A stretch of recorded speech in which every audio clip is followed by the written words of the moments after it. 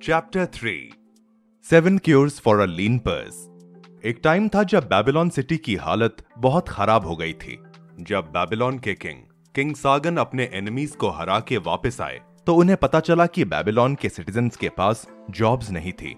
उनके एक एडवाइजर ने उनसे कहा, योर मैजेस्टी, अभी रिसेंटली हमारे शहर बेबीलोन में कैनाल्स और टेम्पल्स बन रहे थे और अब वो बन चुके हैं और काम खत्म हो चुका है, जिसकी वजह से हमारे यहाँ के मजदूरों के पास कोई काम नहीं बचा है। किंग ने पूछा कि हमने इस चीज को इम्प्रूव करने के लिए इतना पैसा लगाया है, उसका क्या हुआ? तो उनके नौकर ने रिप्लाई किया, योर मैजेस्टी, वो सारा पैसा लोगों के हाथ से निकल गया और उन्हीं कुछ अमीर लोगों के पास चला गया जिनके पास बेबीलोन की आधी से ज्यादा वेल्थ है। हमारे यहाँ लोगों को पैसा कमाना, उसे सेव करना और अपनी वेल्थ को बढ़ाना नहीं आता।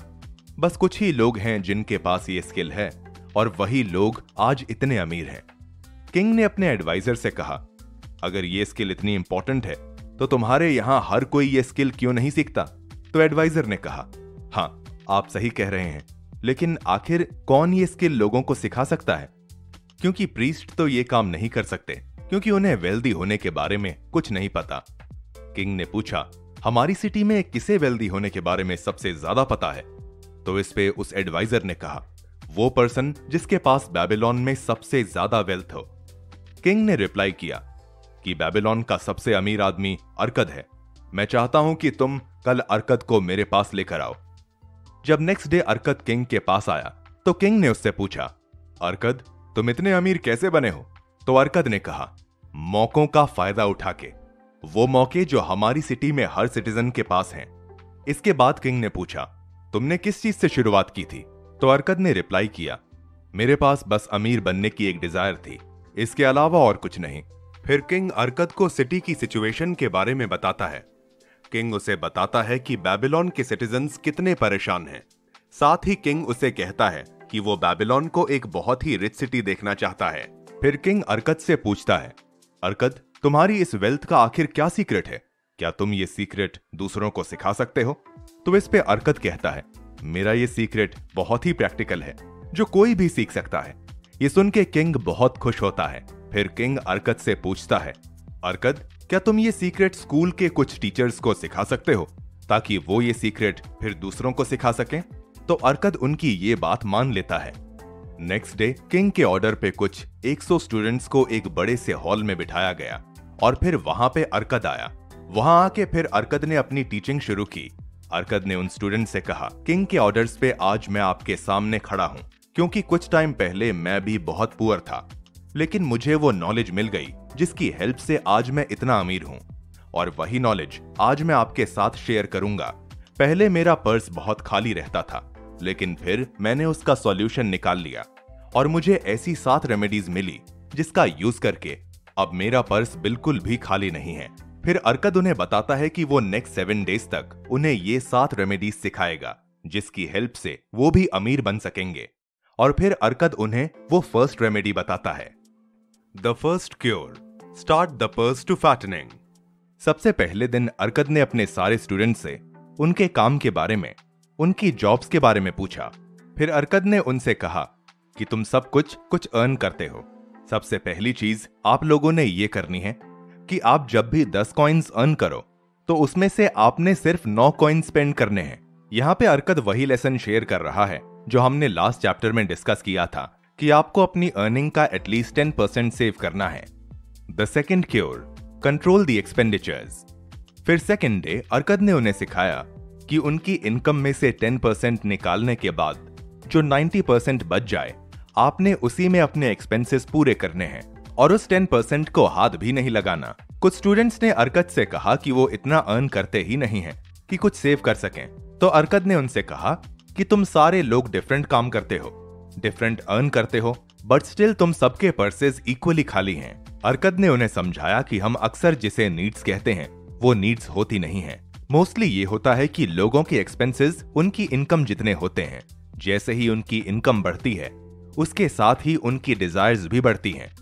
इसलिए अपनी डिजायर्स को अपनी नीड्स के साथ कंफ्यूज ना करो और आपके पास 10% निकालने के बाद जो पैसे बचें आपने उसी में अपने एक्सपेंसेस को पूरा करना है। The third cure, make the gold multiply.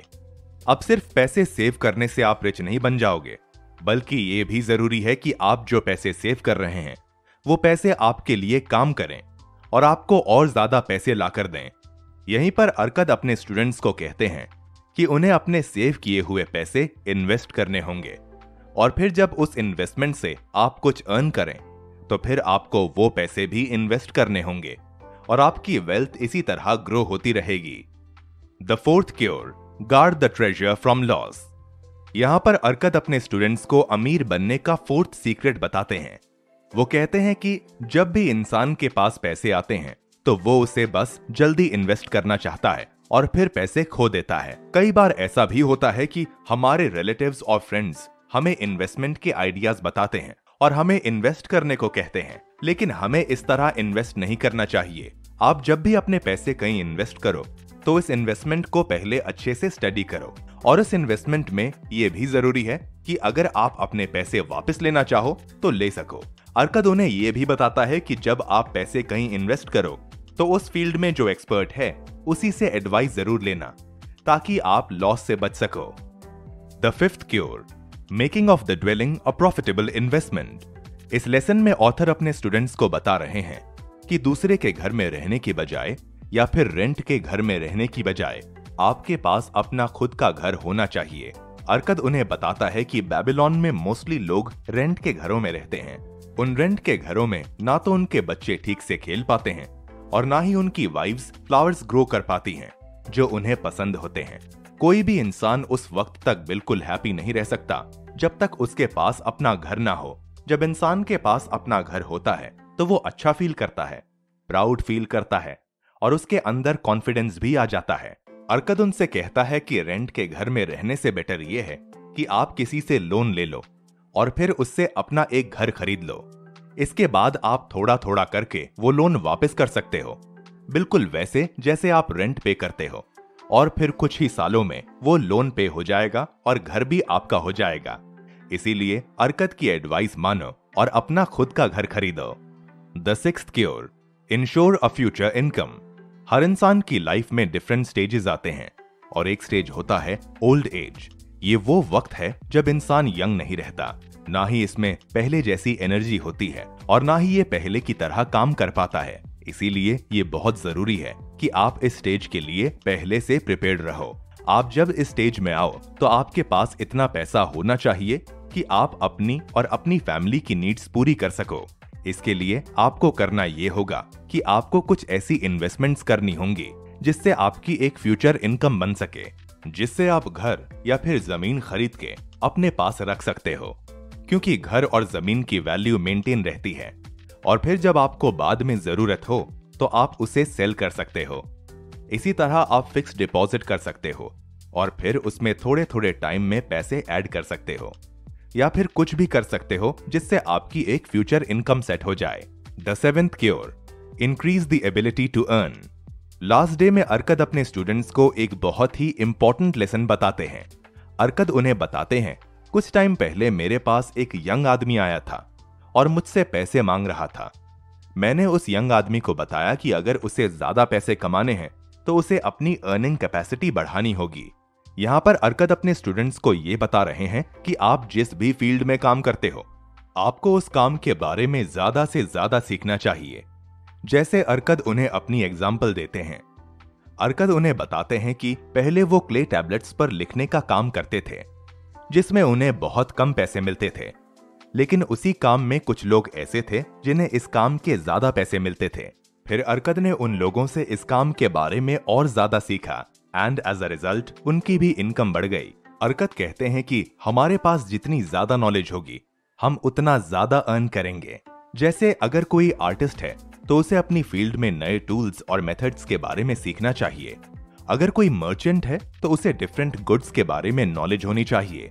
साथ ही उसे ऐसे गुड्स के बारे में पता होना चाहिए जिन्हें वो कम प्राइस में परचेज कर सके। इसीलिए आप जो भी काम करते हो उस काम के बारे में ज्यादा से ज्यादा